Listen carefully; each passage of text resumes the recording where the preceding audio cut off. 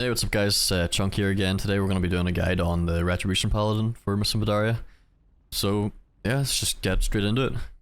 As a Ret Paladin, your stat priority is getting hit and expertise to 7.5%, then haste, then mastery, then crit, and early on in gear you're going to be gemming for strength, but once you reach like higher levels of gear you're going to start to prioritize gemming haste over strength.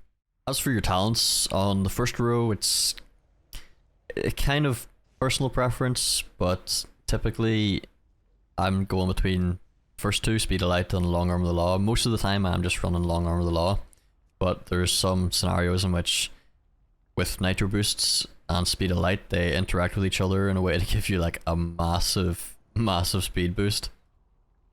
Sort of scenarios where I would use that would be like Blade Lord and Heart of Fear, where he goes to the opposite side of the room and you have to, run across the whole room dodging the tornadoes. You would just pop Speed of Light and your Nitro Boost at the same time and you'd fucking just zoom across. But most other situations I'm just running Long Arm of the Law for that, press judgment, get the move speed. It's just nice to have. Pursuit of Justice is it's kind of underwhelming and you can't really like you don't really want to be just sitting on holy power or overcapping it just for the sake of move speed. Like, you're going to be spending your holy power and it's just kind of, it's just not as good as the other two. For the second row, 99% of the time I'm just running Fist of Justice. These won't really have much effect in raid.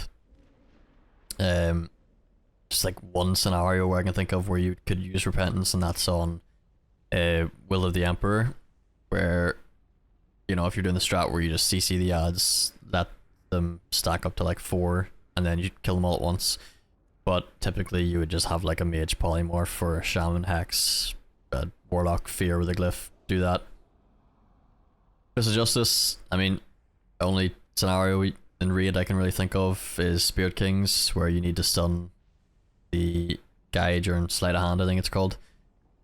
But yeah, mostly these kind of more like, I guess, maybe PvP talents. But yeah, just kind of just default into Fist of Justice. For the third row, I personally just stick with Selfless Healer because it's just like really good utility for the raid. Getting out a massive heal during any downtime of the rotation.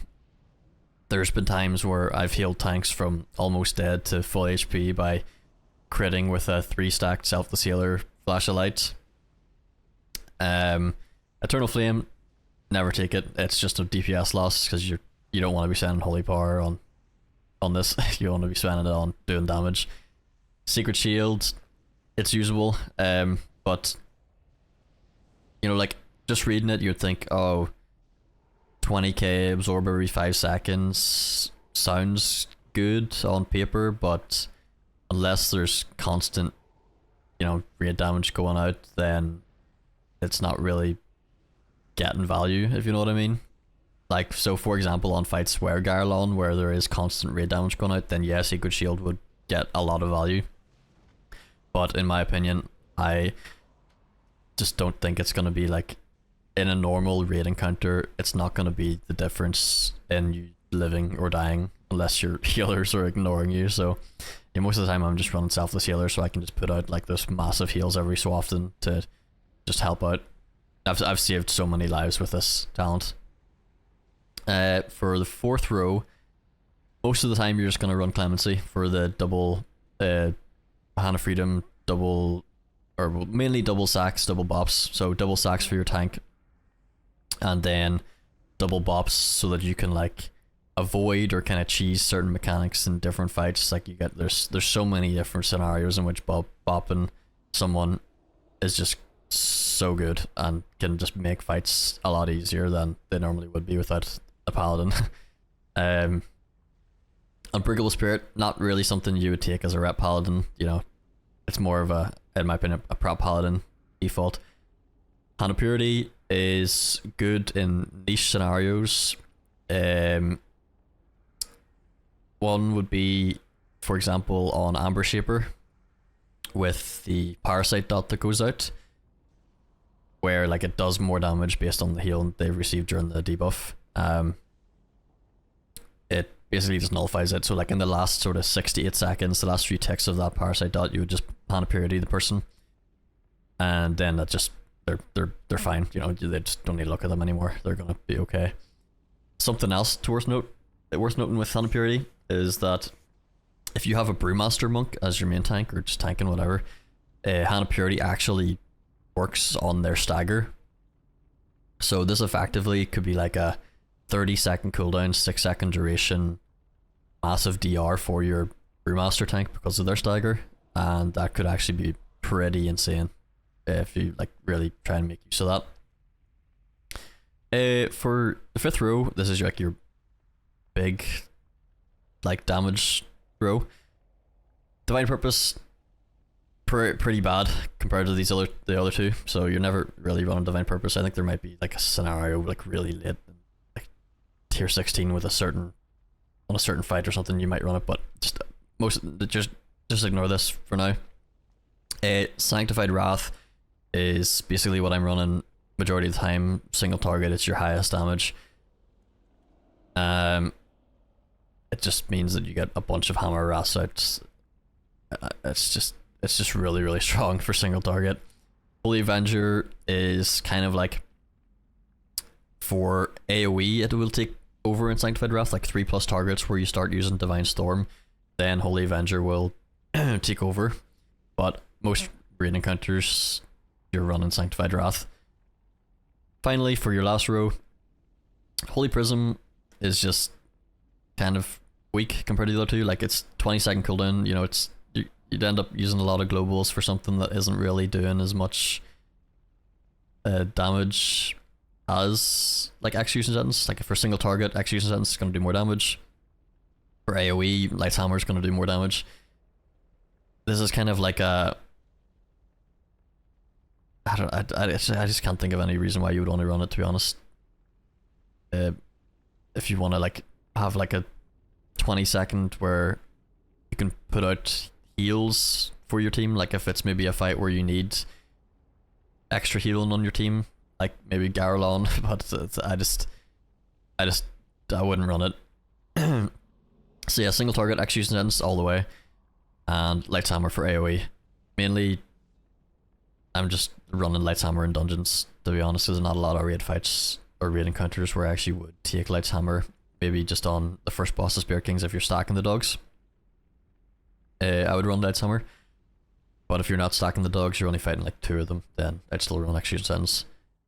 So as for glyphs, this is going to be pretty quick because there's not really much to talk about. For DPS wise and single target, you don't have anything that would help out, but for AoE, you have double jeopardy, which just means that if you judgment a different target from your first one, it'll do 20% more damage. So on fights with more than one target, you're just going to alternate which one you're judgmenting each time.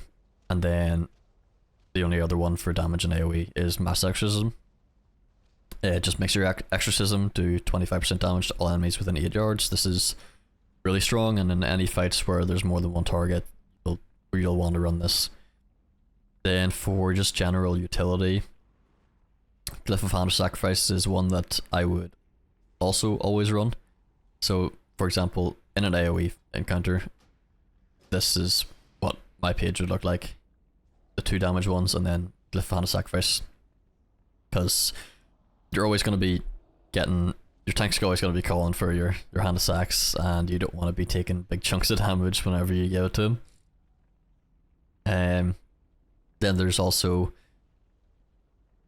there is Harsh Words, which it's not, you know, necessarily a DPS increase for single target, but in actual play it can be, because there can be certain times where you're not able to be in melee range of the boss and you still want to be spending your holy power. So you could run this on certain encounters. Like one that comes to mind would be the first boss in Heart of Fear. If you're dodging the attenuation in like the last phase where there's the boss and the echo, and just to be safe, you can't be in melee range sometimes. So you would then just be spending your holy power on Word of Glory to hit the boss with this glyph. Then there's also a Templar's Verdict glyph, where after using Templar's Verdict or Exorcism, you take 10% less damage for 6 seconds in, single target fights where you don't need the AoE glyphs. You would just pop this on. I think for a single target, you would probably be looking at something like this: Harsh Words, Templar's Verdict, Hand of Sacrifice. Then there is one more. There's Divine Protection. Instead of your Divine Protection being 40% magic damage reduction, it's 20-20, so 20 fizz, 20 magic in fights where there's like a lot of physical damage going out. Then you could run this, but I just prefer to run this page for single target, to be honest. So as for your single target rotation, your priority is just ensure Seal of Truth is active, Inquisition at 3 holy power, Templar's Verdict at 5 holy power, Hammer of Wrath, Crusader Strike, Judgment, Exorcism, and Templar's Verdict at 3 holy power. For AoE, you would ensure that Seal of Righteous is active at 4+ targets, otherwise just keep Seal of Truth and Censor up on all targets available. Then Inquisition at 3 holy power, Divine Storm at 5 holy power against 3+ targets, Hammer of the Righteous at 3+ targets, Mass Exorcism at 3+ targets, Hammer of Wrath, and then Judgment, making sure to swap between your targets to make use of Double Jeopardy glyph, and then Divine Storm at 3 holy power if you have nothing else available. For your opener, on single target, make sure Seal of Truth is active, obviously. Then you would pre-pot, cast Judgment, which will put you at 2 holy power now, as you get 1 holy power for free on the pull. If you're still at range, then use Exorcism to get to 3 holy power, but if you're melee, then use Crusader Strike or Hammer of the Righteous for AoE to get to 3 holy power. Once at 3 holy power, you cast Inquisition. Then you will cast Guardian of Ancient Kings, and if using Sanctified Wrath, also cast Avenging Wrath at the same time, alongside like Sim Springs or an unused trinket if you have that instead. If you're running Holy Avenger, then you want to wait till your Guardian has reached 12 stacks before using it and Avenging Wrath together. And then also once you're at 12 stacks, you'll cast your Execution Sentence or Light's Hammer if you're running that instead. And something else to note is during Avenging Wrath, you'll spend at 3 holy power instead of pulling to 5 and then continue with normal priority. So if we want to take a look at what your single target rotation would look like, it's going to be slightly different here because I'm not going to get the free holy power on pull because we're on a dummy instead of a boss. So I'm going to have to use 1 extra cast basically to get to my 3 holy power Inquisition, but just note that when you're in an actual boss encounter, you won't have to do that. So let's just take a look at what this looks like.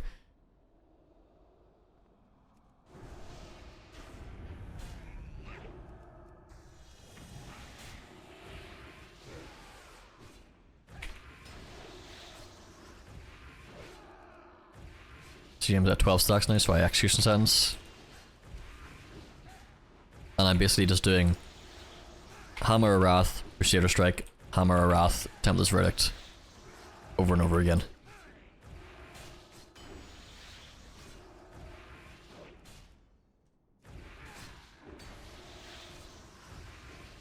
And then obviously once you're outside that window, continue with your normal priority, cast in whatever's available to get to 5 holy power, and then just spend.